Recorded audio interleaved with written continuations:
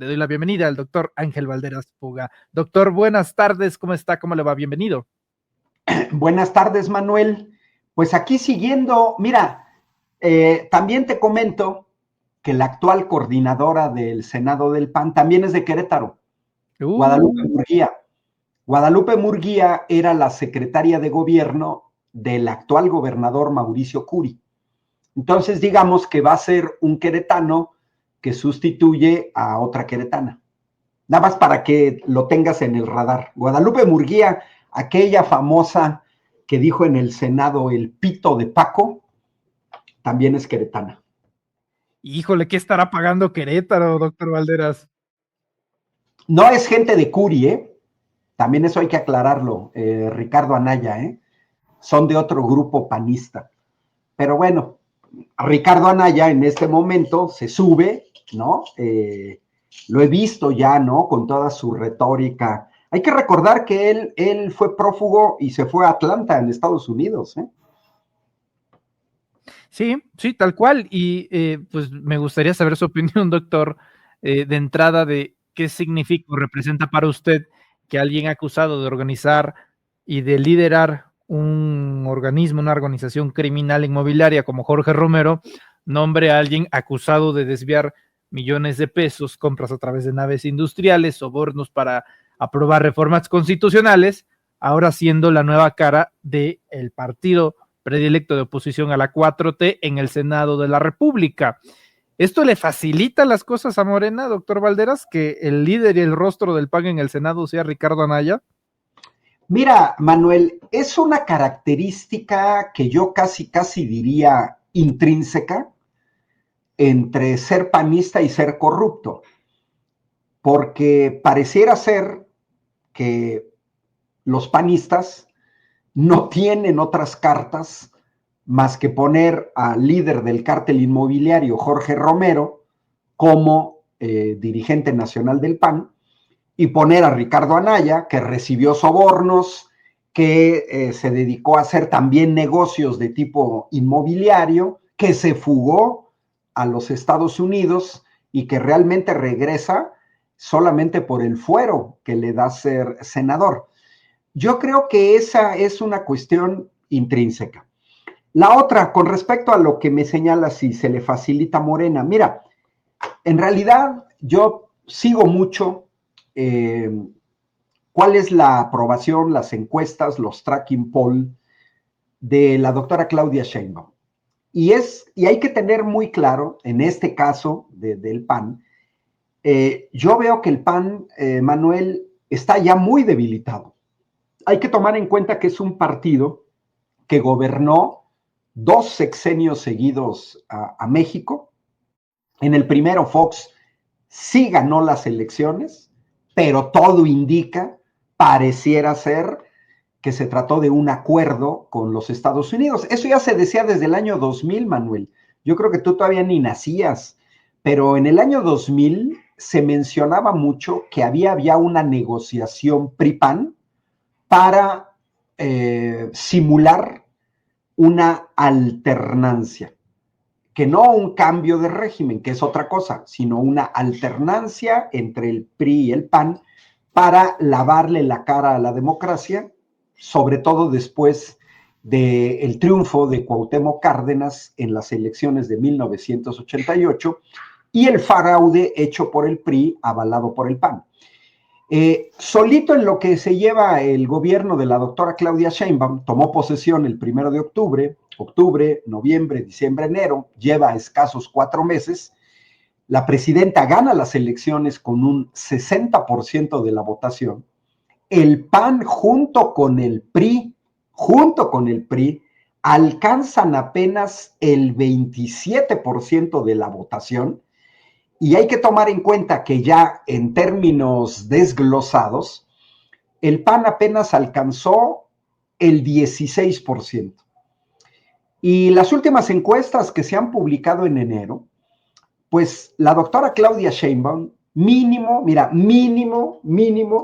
si nos vamos a Morning Consult, mínimo, le da una aprobación del 66%, pero hay encuestas Encol, Demotecnia, de Las Heras, que van desde 70 hasta el 80%. Pero la desaprobación no significa que sea el otro 20%. Mira, vámonos conservadores, Manuel. Vámonos conservadores. Que el apoyo a la doctora Claudia Sheinbaum sea de un 70%. ¿Significa una desaprobación del 30%? No, porque acuérdate que en las encuestas hay gente que no contesta, hay gente que dice no sabe. En realidad, la doctora Claudia Sheinbaum trae una desaprobación del 15%. 15%, nada más.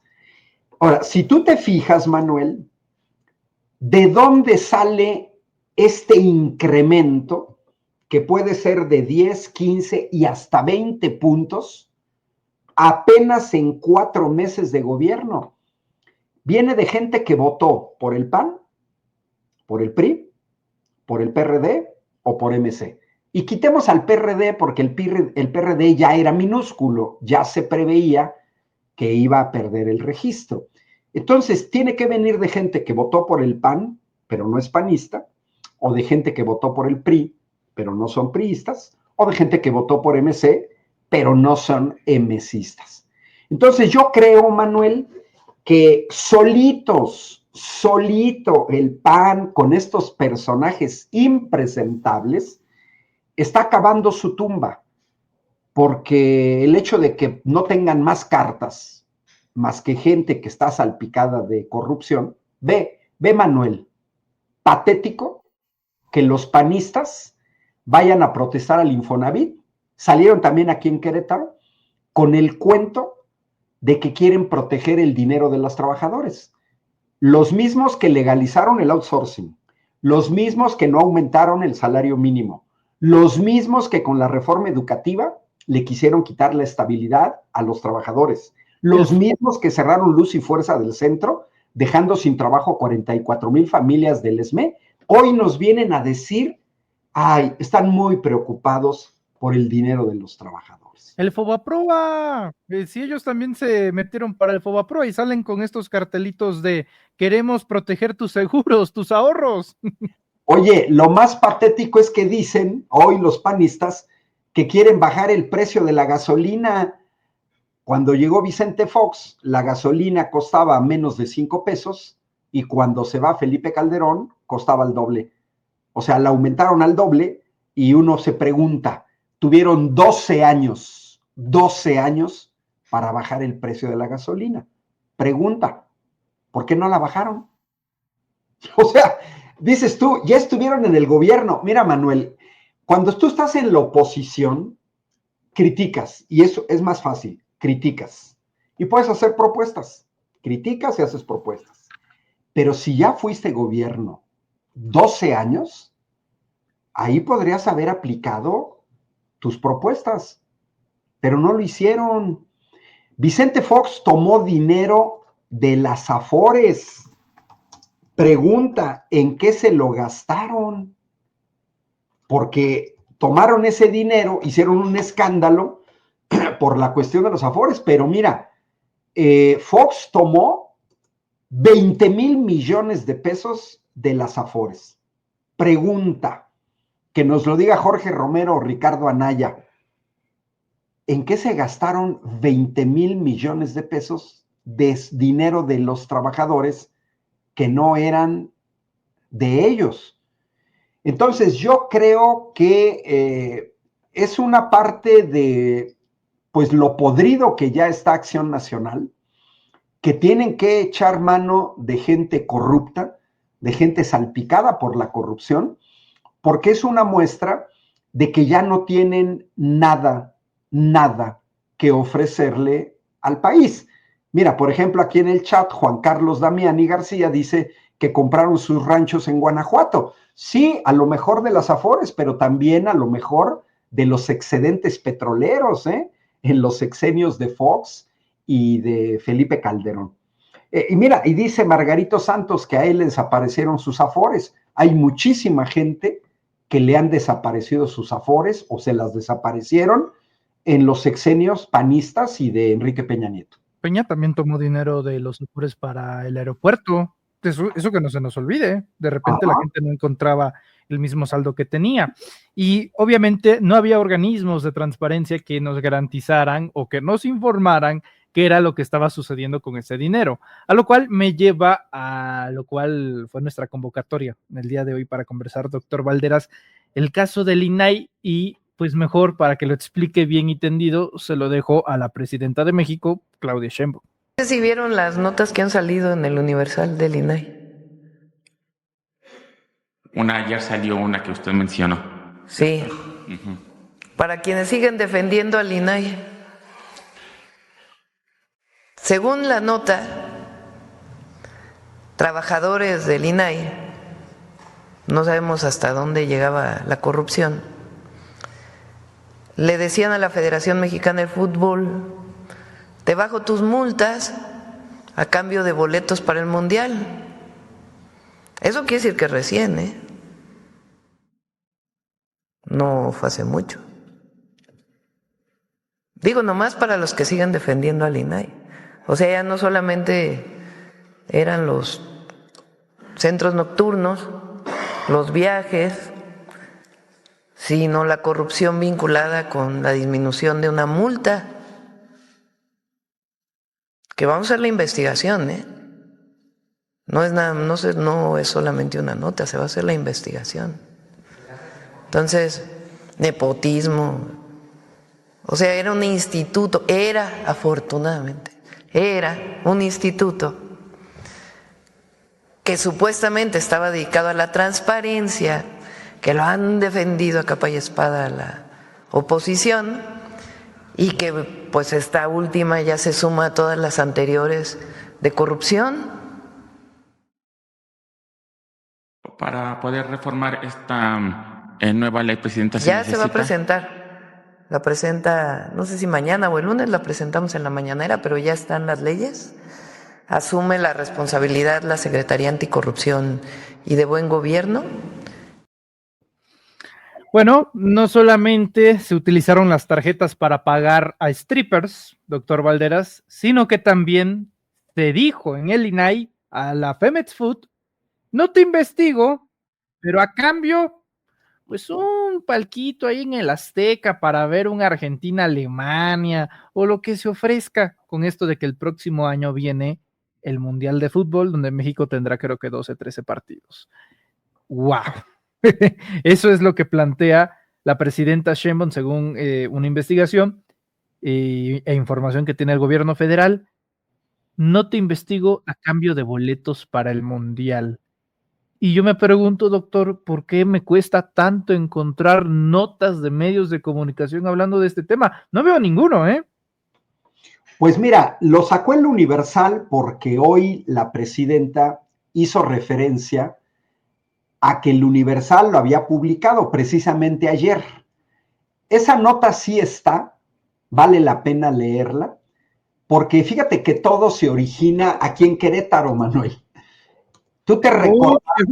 ¿Qué está pasando con Querétaro, profe? No, es que te recordarás que el 5 de marzo de 2022, en aquel famoso partido Querétaro Atlas, aquí en el Estadio Corregidora, en el que hubo 27 personas heridas, algunas de ellas de gravedad, y ojo, Manuel, aquí en Querétaro se habla de muertos, y que fueron ocultados, y quienes hablan de muertos no es cualquiera, es gente que trabaja en el sector salud, a los que les prohibieron hablar de la situación. Y se origina de ahí porque se supone que la Federación Mexicana de Fútbol implementó el control de asistentes a los estadios llamado Fan ID. Es ahí donde entra el INAI por una violación a la Ley Federal de Protección de Datos Personales. Y es una denuncia que puso la Federación Mexicana de Fútbol, pero que también evidencia, Manuel, lo que muchos hemos comentado desde hace años. Estos organismos autónomos son hasta tapaderas. Oye, amenazaron a la Federación Mexicana de Fútbol con multas por decenas de millones de pesos.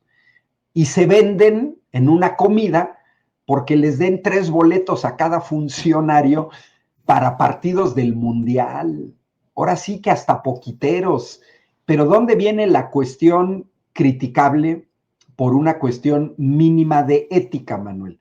Así como recordamos el utilizar tarjetas del INAI para pagar table dance, también hay que recordar que los del INAI se servían con la cuchara grande porque viajaban, por ejemplo, al paraíso fiscal de las Bermudas.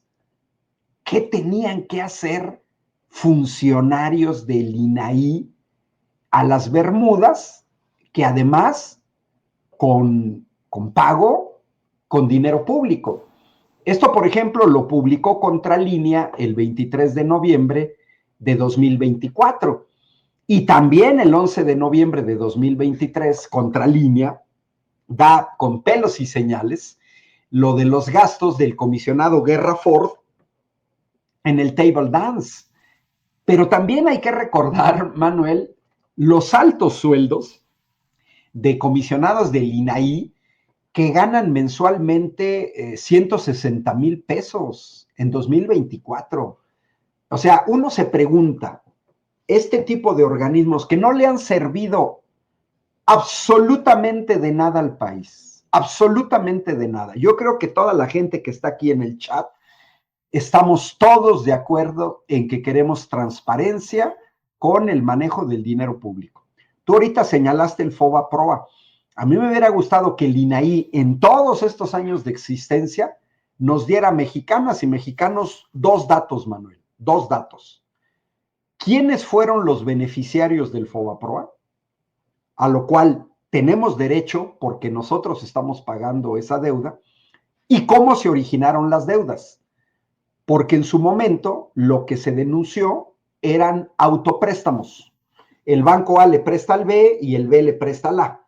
Y además recordemos que eso viene de el regalo de los bancos nacionalizados por José López Portillo por parte de Carlos Salinas de Gortari a gente que no tenía ninguna experiencia en finanzas. Entonces, ¿de qué nos sirvió el INAI si ni siquiera sabemos por qué todavía debemos 1 billón de pesos si ya pagamos casi 2 billones de pesos y no sabemos la deuda? Y la otra, Manuel, que también es billonaria, bueno, yo agregaría 3 que el INAI. ¿En qué diablos se gastaron 10 billones de pesos en deuda pública en el sexenio de Felipe Calderón y de Enrique Peña Nieto? Y la tercera, ¿en qué diablos se gastaron 6 billones de pesos con B de ganancia de ingresos petroleros en los sexenios de Fox, de Calderón y de Peña Nieto, solo por la venta de petróleo crudo en el exterior? 6 billones de pesos. Sí. Doctor, me está informando producción en el chat como que hay como que un pequeño falso de una notificación, un ruidito, como notificaciones que están entrando y se están metiendo en su audio. No escucho nada. Como un brum, como un trin, ese trin. ¿Me escuchas? Sí, fuerte y claro, pero como que estas notificaciones, no sé si de WhatsApp o sí. Sí, no sé, fíjate que no sé por qué, porque ahorita ya le bajé al sonido. Ajá. Ya le puse modo avión, esperemos que se escuche. Ok, pues va. No, ahí lo volví a escuchar. Ay, sí, ya sé, pero fíjate que no sé por qué me manda estas mugrosas notificaciones, porque si le bajo al sonido, ya no escucho. A ver, ahí no me escucha a mí, ¿verdad? Sí, te escucho.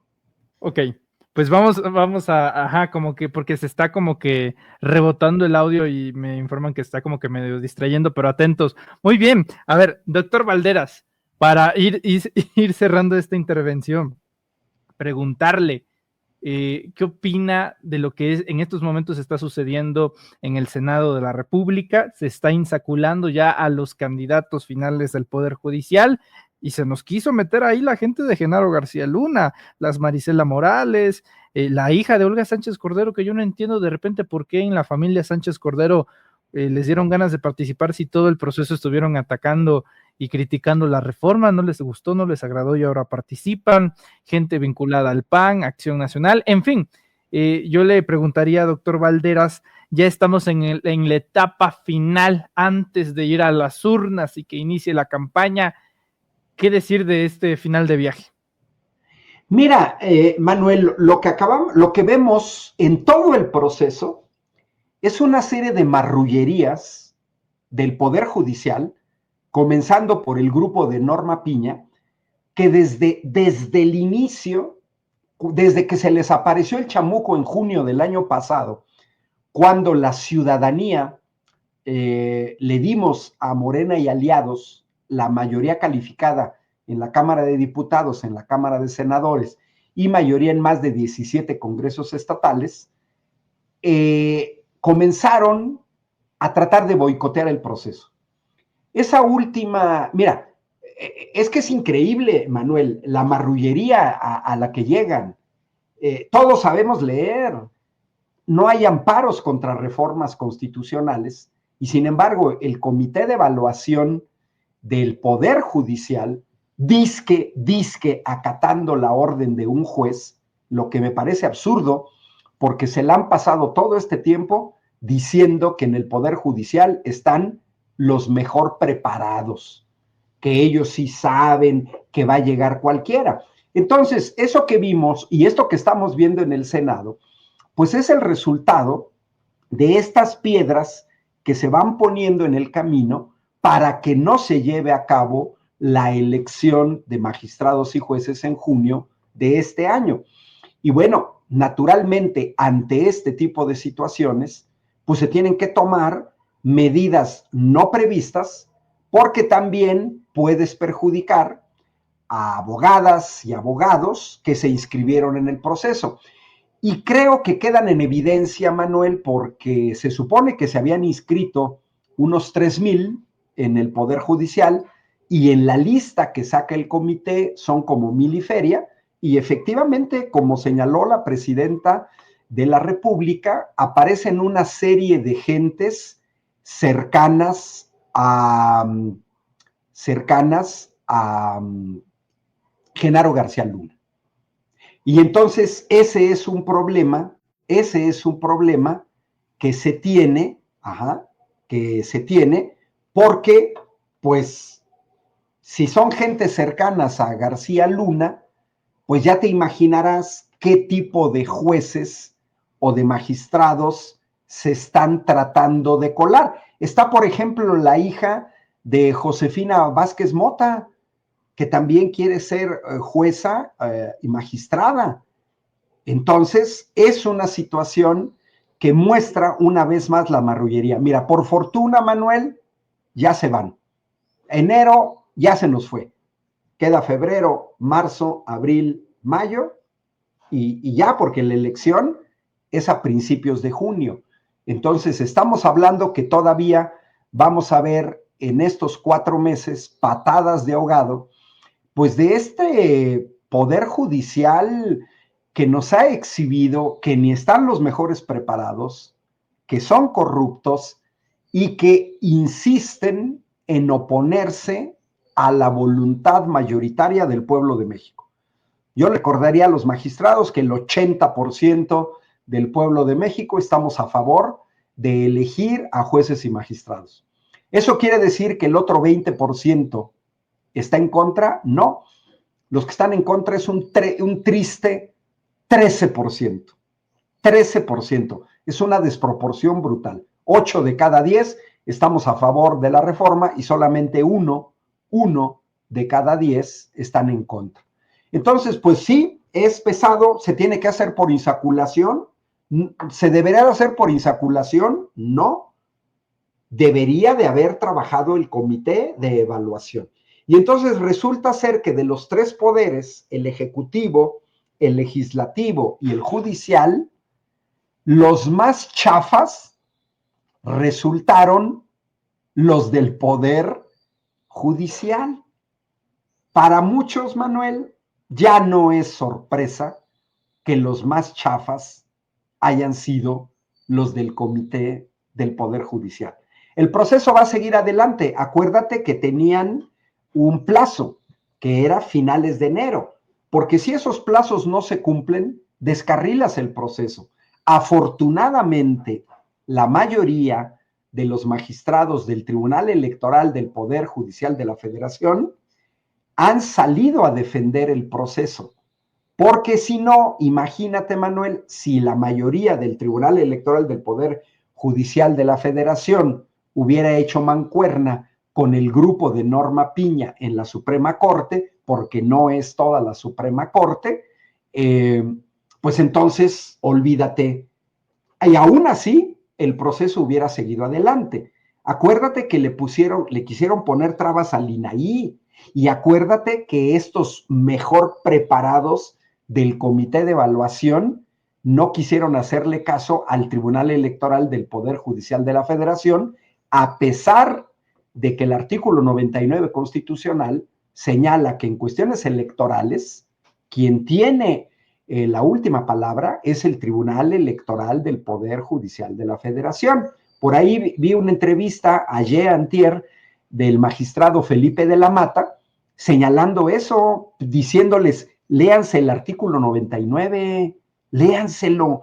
A mí me parece patético, Manuel, que gente que cobra 300,000 pesos mensuales, 400,000 pesos mensuales, 750,000 pesos mensuales, como son los ministros de la Suprema Corte, sean tan chafas, porque además les pagamos asesores, presumen de ser doctores en derecho y exhiben que ni siquiera manejan lenguaje de la primaria. Maestro, doctor Valderas, le agradezco muchísimo este conversatorio en Sin Máscaras a través de Reporteros MX. Le pido por favor que nos comparta sus redes sociales y al mismo tiempo le eternos saludos de la audiencia que nos ve y que nos escucha.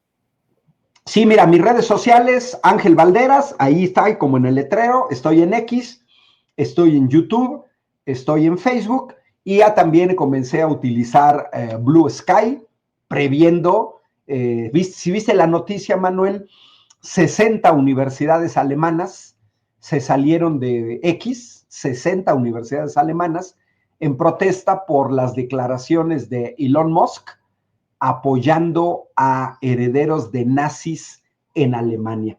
Entonces, pues muchos ya estamos explorando alguna alternativa a X, y ya estoy en Blue Sky.